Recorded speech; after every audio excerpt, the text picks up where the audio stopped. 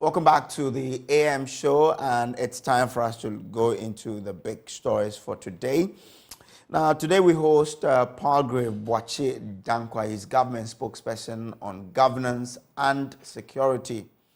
And there are plenty of issues to discuss. Now, IMF has granted us the $3 billion bailout package, $600 million of which has already been transferred into the account of the Bank of Ghana. Now, the party has also opened nominations for persons interested in becoming flag bearer of the party to then, pick nomination forms and file to run.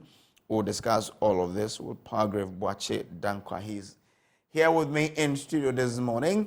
Good morning. Good morning, Samuel, and it's good to be here, and a very good morning to your listeners and viewers around the world. And congratulations, we used to be here. We used to have phone conversations from your other network, and it's really good to see that you're in person. Really good, commendable so to you. We've moved from radio. Absolutely. And I think that TV fits you perfectly. You look very well. Okay, and I'm told you're running. You will.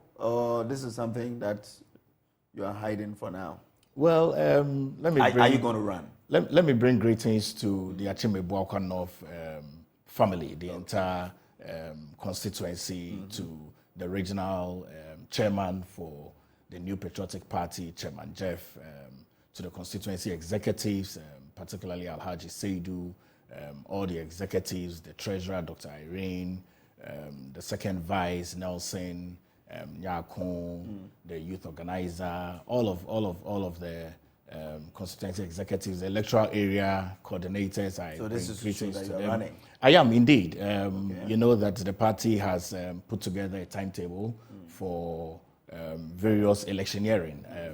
Particularly today, the flag bearership timetable has been put together for people who are so desirous and interested to lead the New Patriotic Party as flag bearers to pick up their nomination forms.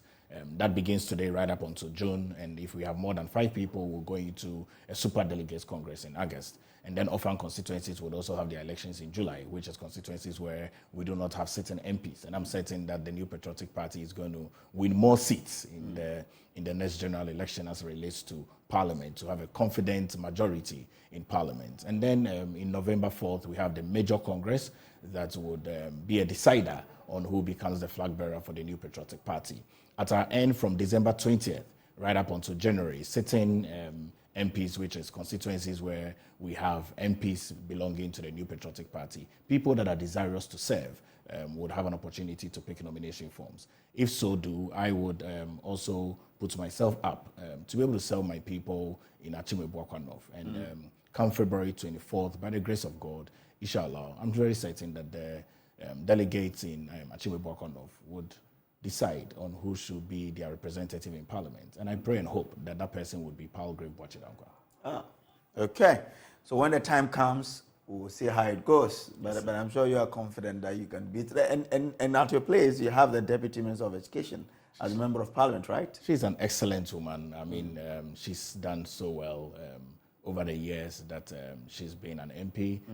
She came at the death of Dr. J.B. Danquah Edu, if you recall, in 2016, and then won the election in 2016, went into Parliament for her first term. She's in Parliament for her second term.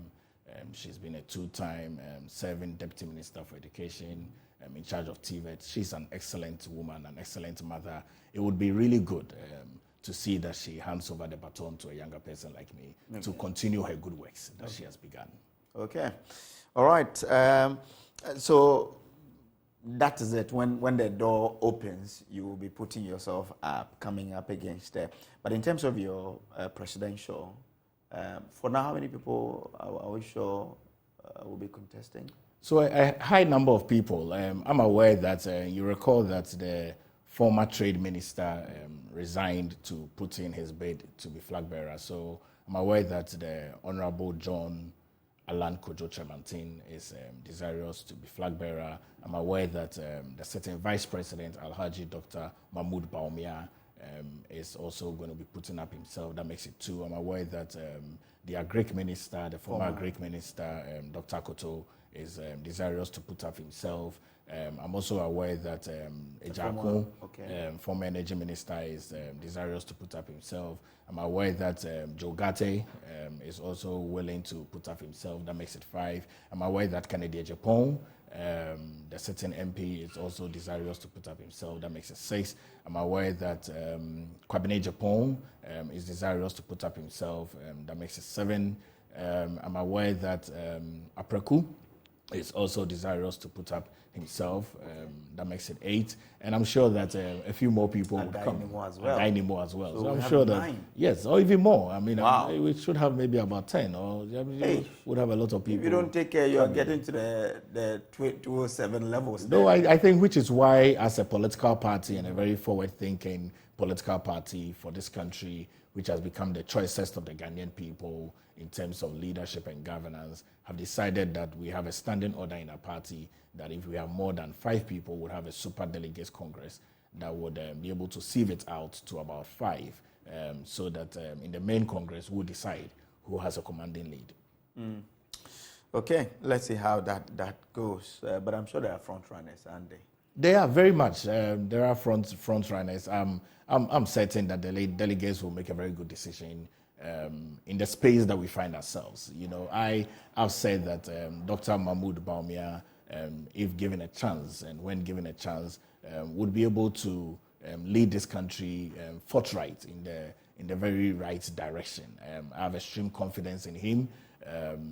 Since 1992, I don't recall any vice president that has been able to expand the scope of work as much as Dr. Mahmoud Bawumia has had over the years. And even the examples of sitting vice presidents who had an opportunity to be presidents, we have 2 of those. And I'm not sure that their governance reign left us with some good examples. I mean, not to remind people of the former vice president, you recall John Evans Atamils, who ascended to become presidency, and then John Dramani Mahama from vice president to become presidency. At least we've had 2 examples of 2 vice presidents who, at the time when they were vice presidents, we didn't see much of what they did as a number 2.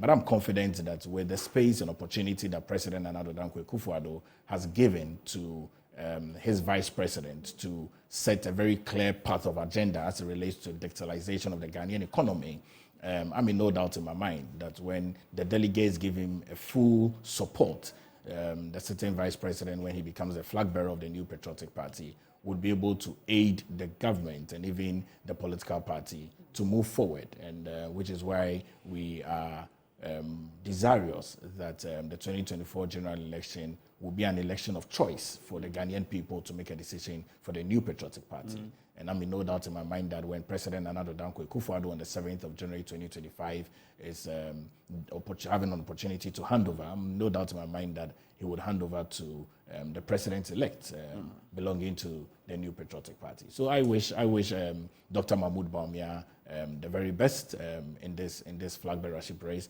He's one of the foremost flag bearers. I'm also aware that Alan Kojo Tremantin is also, in terms of leading also within that space. I'm also aware that Kennedy Japan is also leading. These will be maybe my top 3, but in terms of ranking, the first would be Dr. Alhaji Mahmoud Bawumia. Why him, though? Well, I think that the examples of what he's done, the examples of the transformational agenda that he's brought, the examples of even with mobile money interoperability. You recall that at the time when the act was put together, there was a budget of close to about 1.5 billion cedis to be able to do it. When he came as vice president and the president, Nana Addo Dankwa Akufo-Addo, gave him the mandate to implement the mobile money interoperability, he did it for less. I mean, he did it for about 5 million. And even was able to use that to get other tools that has been in place. I mean, I think that a certain vice president has been extremely out-of-the-box thinking vice president. He's brought these drones that we have in Ghana, zipline drones. He's been able to ensure that we've digitalized a number of our sectors. We've digitalized the passports, we've digitalized the birth and death, we've digitalized SNET, we've digitalized DVLA, we've digitalized the ports and harbor. Now it's easy for everyone to have an access to a Ghana card. We've digitalized that. We've sought to even sync our Ghana card to our GPS number. We've sought to sync our Ghana card to our tax number. We've sought to sync our Ghana card to our Senate contribution. We've sought to sync our Ghana card as a unique identifiable card to even use for National Health Insurance Scheme. I recall about 2-3 weeks ago, I went to the hospital and I needed to use my NHIS, and it had expired. I had an opportunity to renew that there and then on my phone.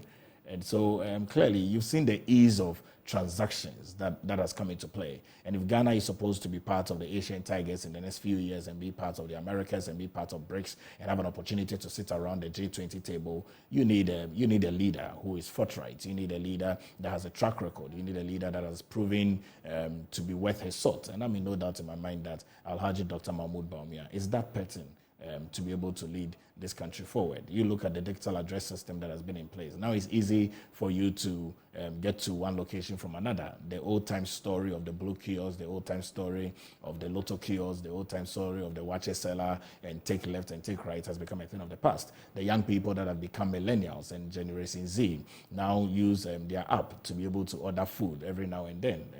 And it's all through the efforts of a man that has made digitalization one of the forthright agenda in the minds and mouths of the young people. Now, when I speak to my children, they know what digitalization is all about because but aren't you afraid that people will say during his tenure as the head of the economic management team, our economy has gone through the worst we've ever experienced in generations? Yeah. Well, I think that's an inaccurate statement. Our economy hasn't gone through the worst of challenges. The global world really has gone through the worst of challenges. I mean, you can recall ever since Ghana was founded from 1957, there's never been a global pandemic to this tune as it relates to COVID-19 and the number of lives that it plundered. I mean, and when we say COVID-19, it sends a lot of chills down my spine because I had COVID-19 in the second wave, and at the time there were no virus, there were no vaccines to cure. I mean, I remember when I was at Ridge Hospital ICU, I was almost there for 30 days, struggling for my life. You can make calls to call Dr. Depa, Nurse Philomena, the critical health care nurses, and they can tell you how many people died right in front of my face. Every single day they came to ask. But by the grace of God, we are here.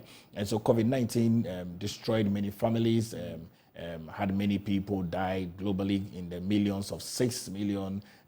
Through the effective leadership of President Nana Dankwa, there was an effective management of the COVID-19 pandemic and virus. And that affected global economies. Global economies were struggling. The Americans were struggling. UK were struggling.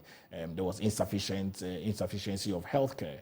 Which, as a result of that, President Nana Dankwa boldly and audaciously stated that we're going to build 111 district hospitals. And I'm here to tell you that all those 111 district hospitals are at various levels of completion. I mean, the data is there to prove that President is right to have said that at the time when he's handing over in the 7th of January 2025, he would have completed and commissioned all 111 district hospitals, much to the admiration of the Ghanaian people. And that's a significant health infrastructure, and it's going to be a health tourism as well for the sub-region of West Africa.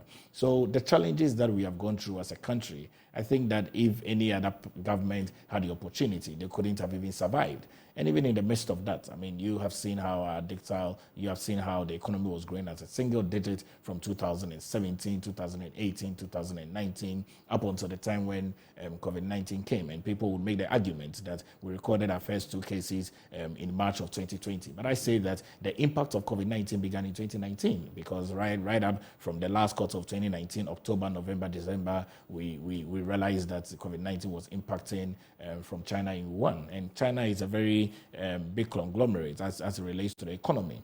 And so if they were hit first, I mean, you can imagine what it does to the entire economic value chain. And I've seen that the Vice President, Alhaji Dr. Mahmoud Bawumia, has exonerated himself together with the economic management team and even the team at Bank of Ghana and the Ministry of Finance to ensure that our economy bounces back stronger, which is why now through the efforts of the President Nana Dankwa Akufo-Addo, we have secured the $3 billion from the IMF by us and presenting an enhanced program And you'll recall that as at the time of March of 2022, our government sought to reduce expenditure, all in efforts to ensure that the economy becomes robust. And at the backbench of that, President Nana Dankwa Akufo-Addo stated very clearly and confidently that we know how to bring back the economy, but we do not know how to bring lives back. And that became a talk of town and the hail of President Nana Dankwa Akufo-Addo's leadership and caring nature. And so the $3 billion that has come is going to help stabilize the Ghanaian economy. It's going to help ensure that we have fiscal consolidation. It's going to help that we strengthen our monetary and exchange rate policies. And now I tell you confidently that the cedi has become stronger. The U.S. forex is depreciating. It's become a bit stable over the months, and we're going to ensure that there are strong policies to make sure that exchange rate becomes stable.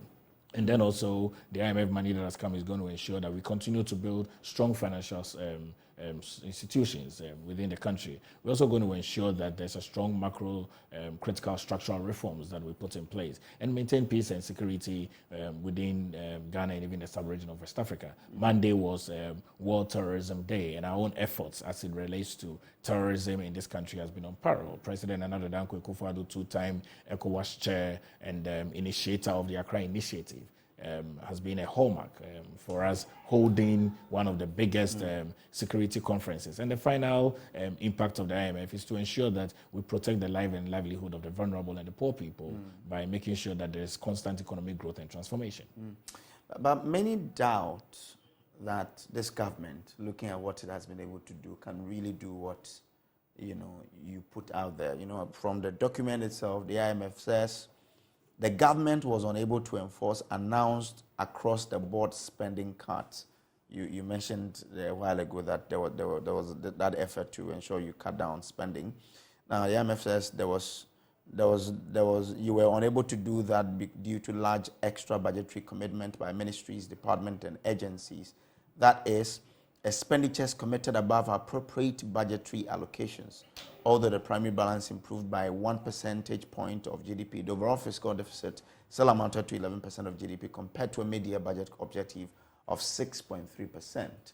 So people are right to doubt government in doing the things that IMF wants you to do. I think that people are not right to doubt our government, because our government has been extremely accountable to the Ghanaian people with what we have used the funds to do. We have presented an enhanced program to the IMF, which is going to be reviewed every 6 months, which is why the first tranche that has come is $600 million over the period of 6 months from May up until November. And there is no way that our government is not going to use the money prudently. And I have evidence to prove of some of the works that we have done in recent times, which the Ghanaian people have been talking about in terms of loans that we paid. I look at it from 2017.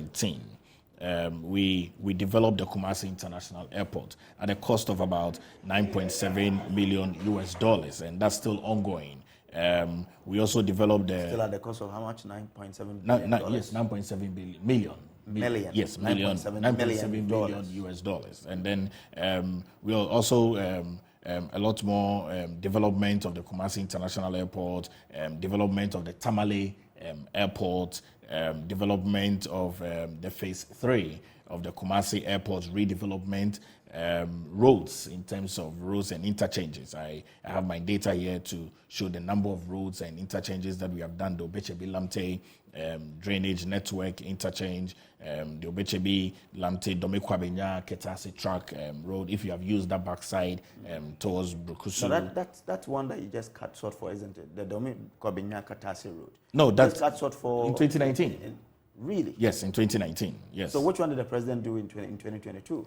We need to reference that. But I mean, my data in my mind here is in 2019 in terms of the projects, design, fabrication, supply and installation of composite bridges related to civil works, rehabilitation and auxiliary infrastructure of Kumasi, Inner Ring Road, and Adjustment Street, Accra Intelligent Traffic Management System. You've seen these cameras that are at various places that are recording the Eastern Corridor road development, construction of phase 1 of the Tema Aflao Road, construction of the phase 2 Tema Aflao Road, streets of Accra, Obechebi Lamte Interchange and auxiliary works, streets of Tamale, Bichem Road, design and build of Tamale to Wale Road, construction of Bolga Boku Road, construction of the Eastern Corridor Lot 1, construction of the Eastern Corridor Lot 2, transportation and railways, supplied close to about 45 intercity buses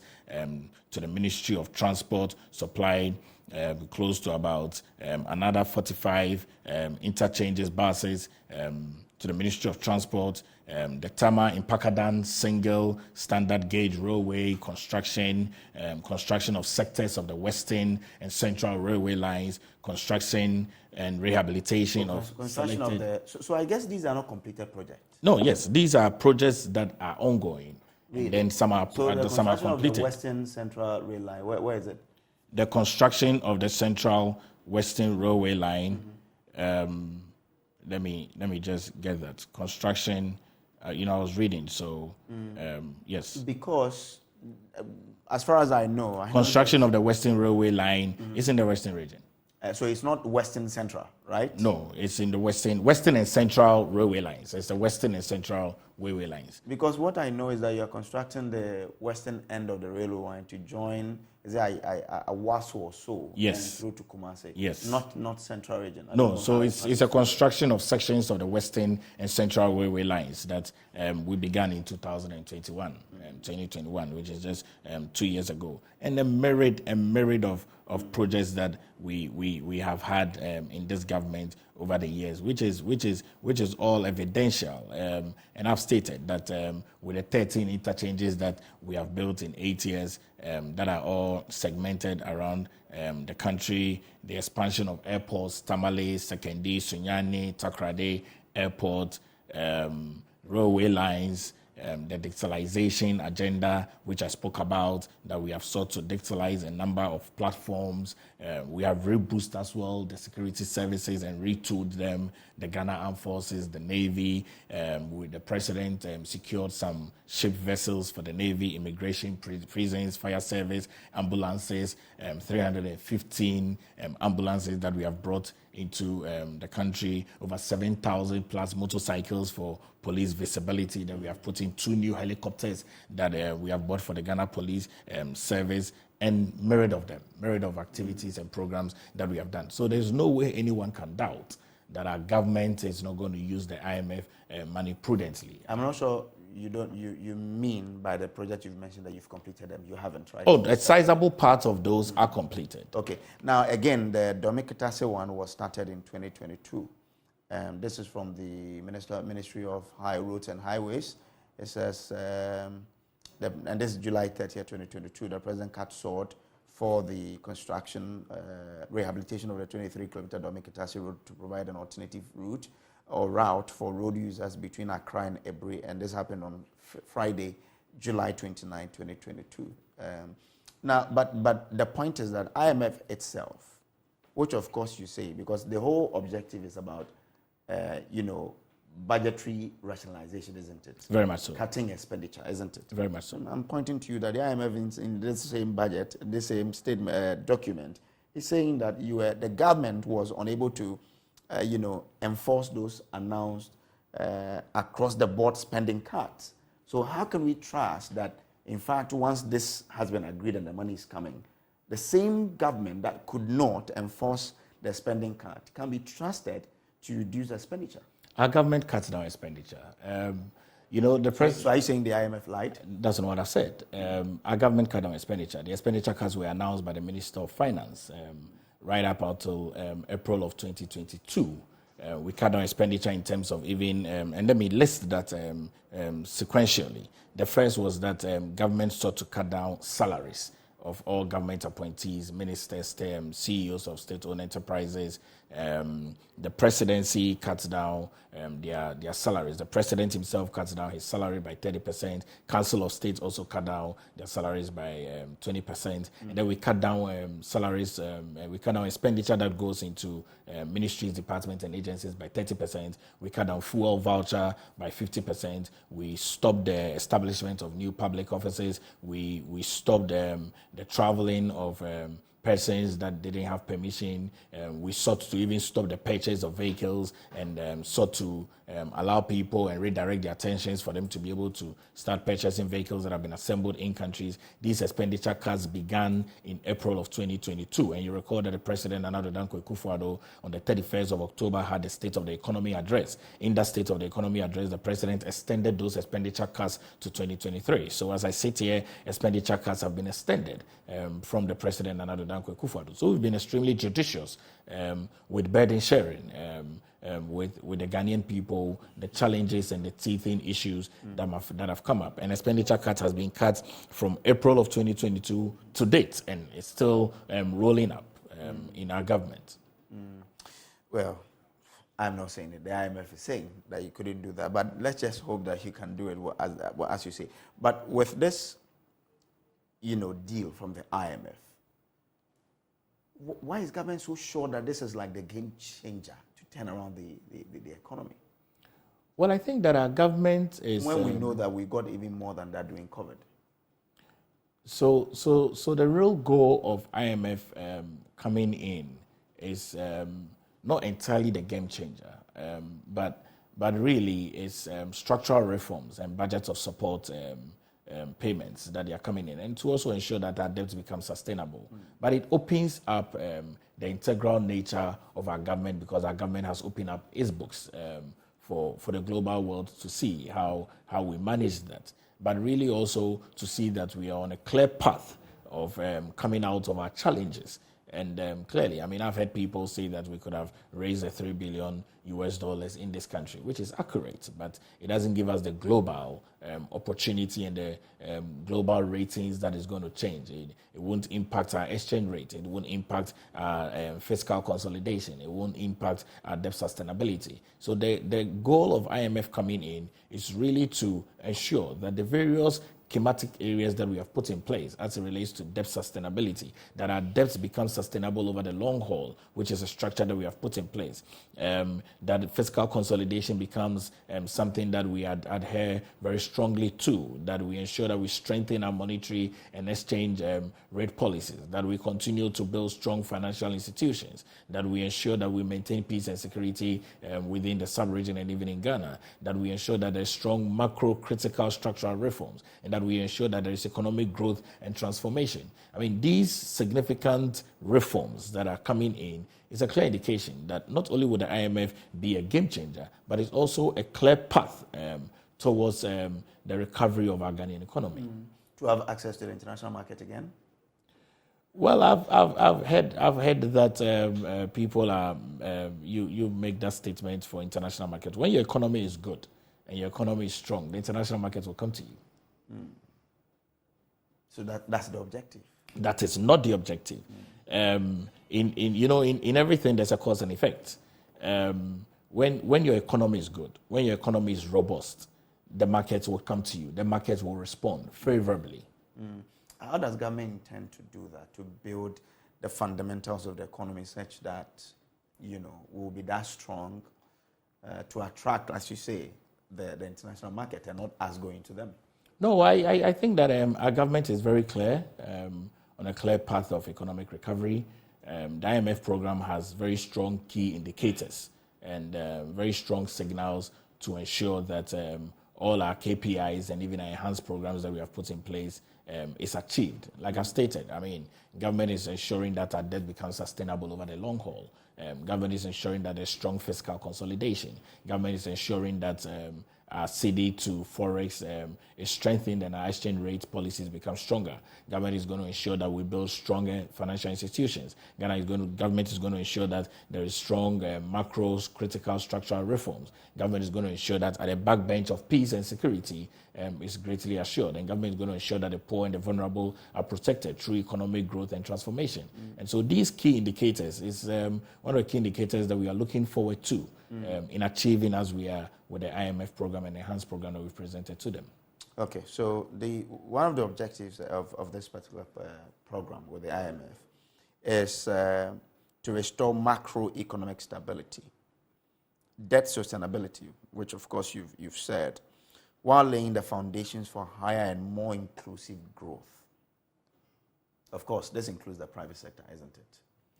Now you've brought some new taxes at the port. I mean, and even that is not on a general basis anyway. But there's been increases in utility and all of that. And businesses are saying that when you do that, you are crippling how they grow. So how does government want to achieve this more inclusive growth when businesses feel that you're pressuring them? On the contrary, our government is creating that enabling environment for businesses to strive. The Ghanaian people appreciate growth and development. The Ghanaian people so desire that the country grows. The country can only grow at the backbench of effective taxation. The country can only grow in development at the backbench of ensuring that we have widened the tax bracket. The country can only grow to ensure that revenue mobilization has become effective. The country can only grow and see great developmental changes, seeing that their taxes are being put to use effectively. And so at the backbench of the introduction of these taxes that Parliament passed is to ensure that there's a wider gap of the tax bracket, is also to ensure that there's equity in terms of equitable share of resources that are coming in country that is taxed appropriately, and those taxes are used for the constant development of the Ghanaian country and the Ghanaian industry. And so I've had Guta make conversations around that, but I'm certain, really, that these taxes are taxes that are going to aid and help the Ghanaian people and also aid government in government's own efforts of industrialization and development. What are the components of this whole deal that we are talking about, really? What does it entail? Well, it's very basic. I mean, I think that the program components are, and I've stated it over and over again, is to ensure that we restore the public debt sustainability. I mean, so 6 key indicators that we restore the public debt. I mean, we also ensure that there are deep structural reforms in the program. We also ensure that we implement exchange rate policies. That's the third. The fourth is that we continue to tighten the monetary policy regime. And the fifth is entrepreneurship and export-led growth strategy that we are putting in place. And then the final one is to strengthen social safety nets. So these 6 key indicators is what the deal is looking into. Restore public debt sustainability, deep structural reforms, implement exchange rate policies, continue the tight monetary policy regime that we have already started, entrepreneurship and export-led growth strategy, and then strengthen social safety nets. Have you had businesses say that this tightening monetary policy rate would affect how much they get in order to expand? How is government going to do this? Because you are tightening policy rate, which will of course affect how much, at what rate they borrow, isn't it? That's going to affect how much they borrow from the commercial banks, which will then affect the rate at which they expand.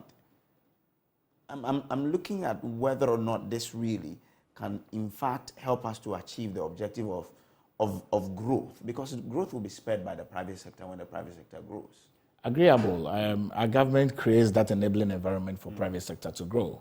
And these measures that we have put in place has been very well thought through by our government, and the private sector has been considered largely in this. When we make sure that we strengthen monetary and exchange rate policies, it's good for the private sector, because then you don't see the dollar appreciating in every single hour. You see that the cedi becomes strong and stronger. And so when you are going to buy goods or services outside of this country, you would have good money for your currency that you're going to put in place. And that's what government is thinking about.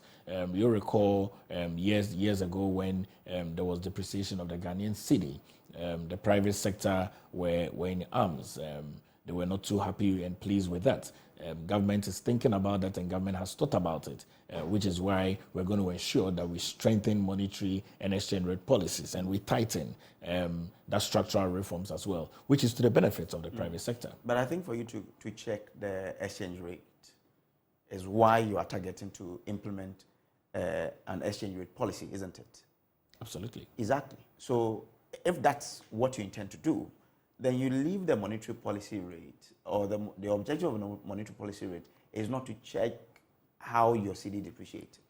You know, there are significant roles of monetary policies and even fiscal policies. There are strong policies to that effect. But the real goal is that this IMF deal seeks to protect the life and livelihood of the vulnerable. And the private sector has been taken into key consideration in this regard. Our government continually, our government is a government of the private sector, our government is a government of the public sector. Our government continually seeks to ensure that the lives and livelihood of the vulnerable, and the vulnerable is a wide bake of baskets, are protected. And so the private sector is protected. We are creating that enabling environment to ensure that the private sector strives more and more.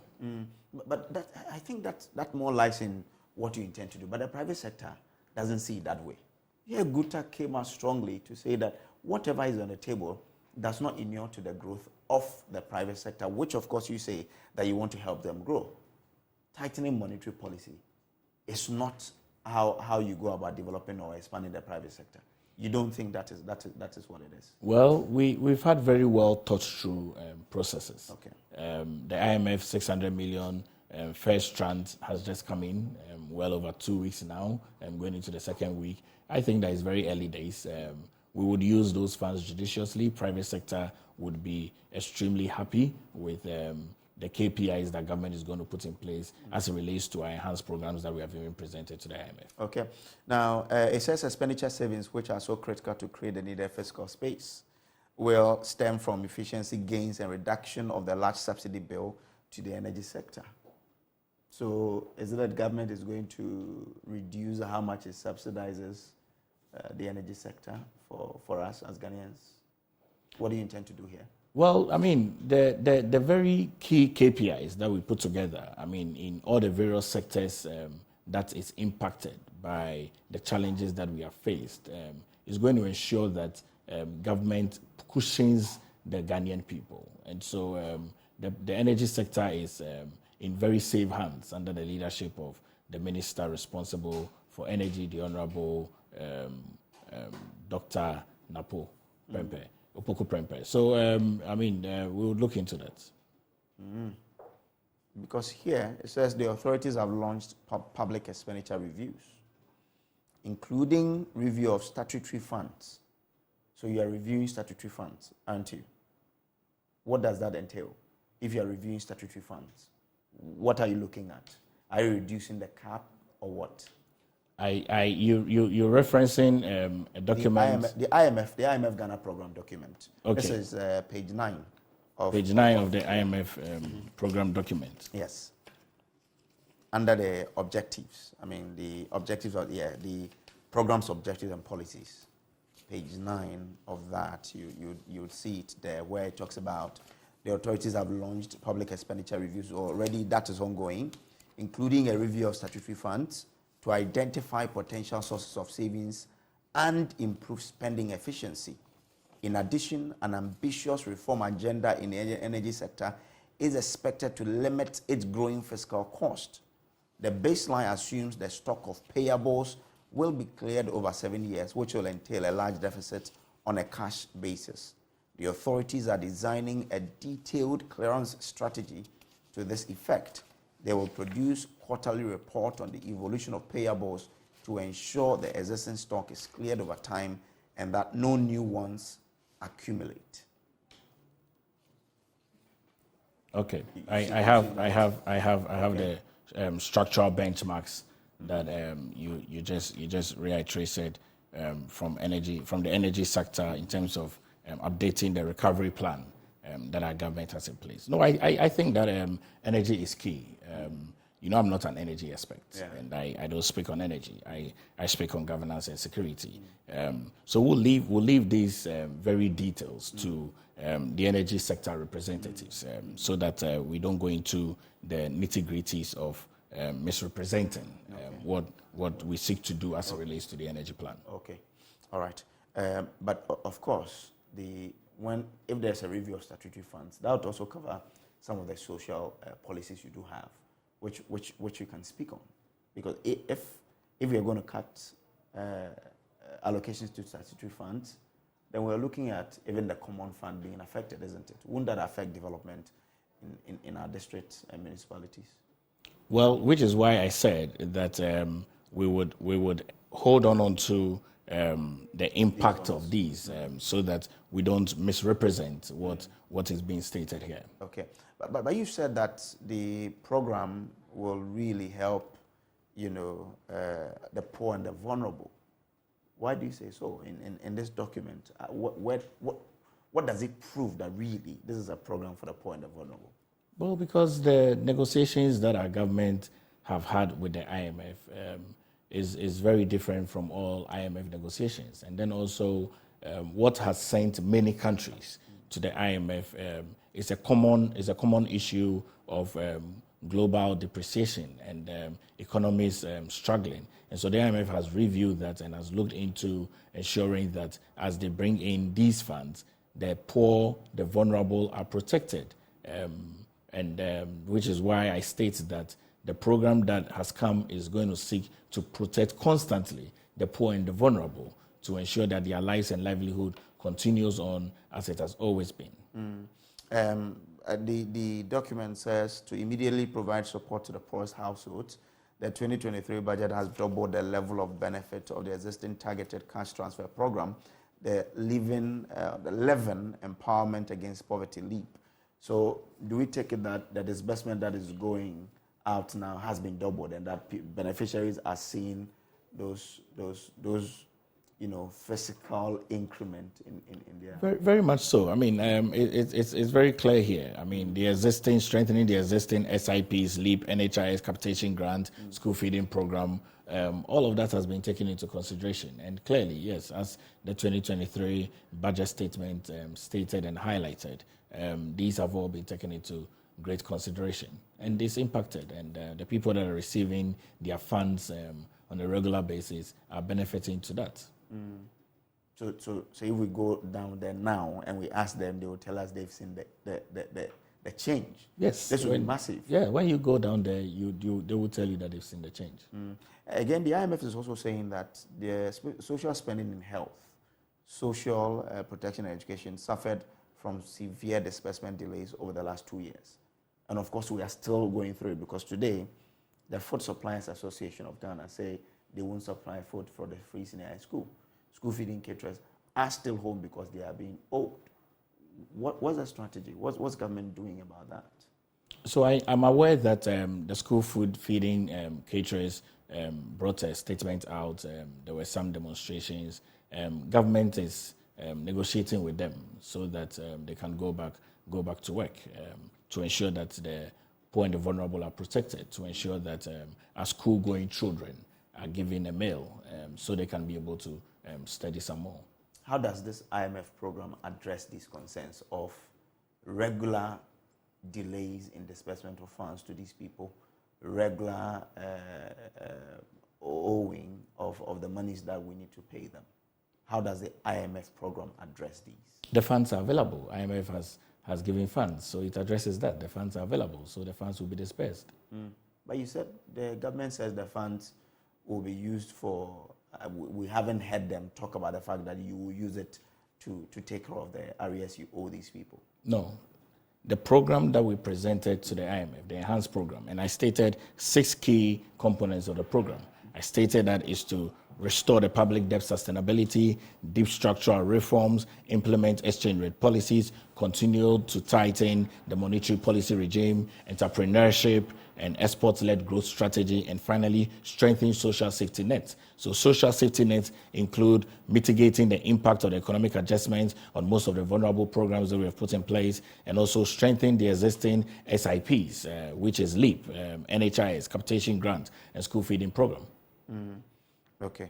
So you're saying that the first tranche that has come in, you will use part to settle this debt. Is that the agreement? No, that's not the agreement. Okay. Yes. What I'm saying is that the enhanced program that we presented to the IMF includes protecting the life and livelihood of the vulnerable. And it also includes strengthening our existing SIPs, which includes LEAP, NHIS, capitation grant, and school feeding program. So my point is, how are we address this? We know that this is a money issue. Now we are getting money from the IMF. So how are we ensuring that we address that? Are we making monies available to them from what sources? No, those are significant details that I will leave to the buffer stock and the school feeding committee to come and give an appropriate response to that. Okay. All right. We're still speaking to Palgrave Boakye Danquah. He's government spokesperson on governance and security. And we're talking about the IMF. We know 600 million has hit, right? Have we been told how much, or are you aware what they are going to spend those monies on? Not at the moment. Oh, okay. So Ghanaians don't know how we're going to use that money. Eh? No, that's not what it is. I mean, we presented an entire program to the IMF, and the IMF, based on the entire program that we presented, has divided the tranches of money into 7. First, $600 million comes over 6 months, will be reviewed. Then the second tranche comes in November 2023. Then the third tranche comes in April and May of 2024, which is going to be $360 million up until April 2026. And it's all in the implementation of our programs that we presented to them. What is China's role in getting an external debt restructuring? We understand that per the IMF document, there are some collateralized loans we took from them between the period of 2007 and 2018. What's the status of that? What sort of negotiations are we having with China over those? No, I think that China has been very clear with our debts. They aided with how we were able to even get into the IMF conversation in terms of, you recall that government had conversations with China and had conversations with the Paris Club. They both co-chaired our debt restructuring plan over the long haul, and very, very clearly we're restructuring those debts to be able to see how we can be able to repay those debts back. I've seen a statement and a report this morning that the China government is not pleased with how the media is misrepresenting their involvement with the IMF as it relates to some of our minerals that people are purporting that is going to go to them. It's a misrepresentation of that. So you are saying that, like we've seen in other countries in Africa, where when they default on loans, China takes over their national asset. That's not what we are going to see in Ghana. That's not what we are going to see in Ghana, and that's not what's going to happen. Why do you say so? What kind of assurances has China given that we are sure that they won't do what they did to other countries? No, it's because of the restructuring. It's because that government went to them. It's because that they co-chaired together with Paris. It's because that they have agreed to a sustainable period of repayment of those loans that we took. Okay, and so we should be rest assured that we won't fall in the fate of the other African countries. No, the Ghanaian people should be very rest assured that Ghana is a sovereign country and we're not going to be falling into those minor examples. But if that's the case, why did IMF bring it in their document that these 4 loans amounted to only 2% of our public debt, of our external debt, and amounted to 600 and something million, which is 0.9% of GDP? Why was it so important for IMF to put in the document when really it didn't matter? No, IMF makes reports, and these reports are evidential of transactions and conversations that have happened. I think that IMF has not erred in putting to bear the bare facts on the ground. So you're saying that the Ghanaian people who have seen this particular, analysis of the potential that we faced had it not been for this IMF program, that this wouldn't happen. Now that we have IMF on board and we're engaging with Chinese, we would never see that. This won't happen. The Ghanaian people should be rest assured of that. But you know that in general, I mean, in the layman's language, if you default on a loan, you forfeit the property that you used in securing the loan, right? But we won't forfeit on the loan because we've gone into a restructuring plan. Okay. So that's the assurance that government is giving. That's the assurance that everyone should have. Okay. All right. So if you had a challenge about China having access to some mineral revenues of ours, as well as electricity tariffs or revenue as a result of us, going back on our word in terms of those loans, government says we should be rest assured nothing like that is happening, right? That's a good summation. Accurate, huh? Okay. All right. So this is the AM show. But just before I take a leave of you, what will be your last words to those who are watching us then? Well, the final words would be that government is restructuring the Ghanaian economy. The Ghanaian economy is going to bounce back very stronger.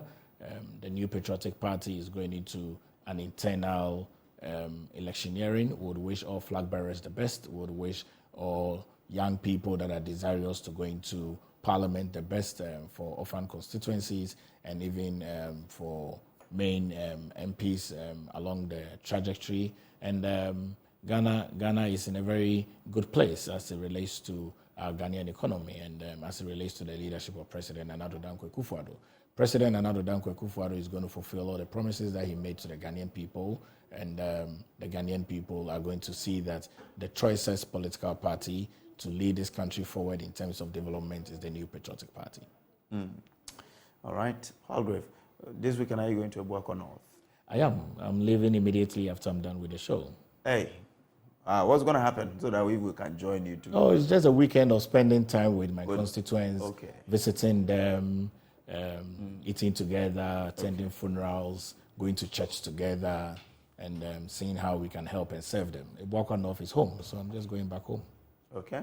All right. We wish you all the best. Thank you so much. Safe trip, yeah? Thank you. All right. So that's Palgrave Boakye Danquah. He is government spokesperson on governance and security. We'll be having a chat on the IMF and what it entails for you as a Ghanaian and all the assurances that government has concerning this deal and the role of China. We'll take a quick break here. We will be back with more. Benis Abubedu Lansa will be joining us with some sumptuous content here on the show. Stay with us.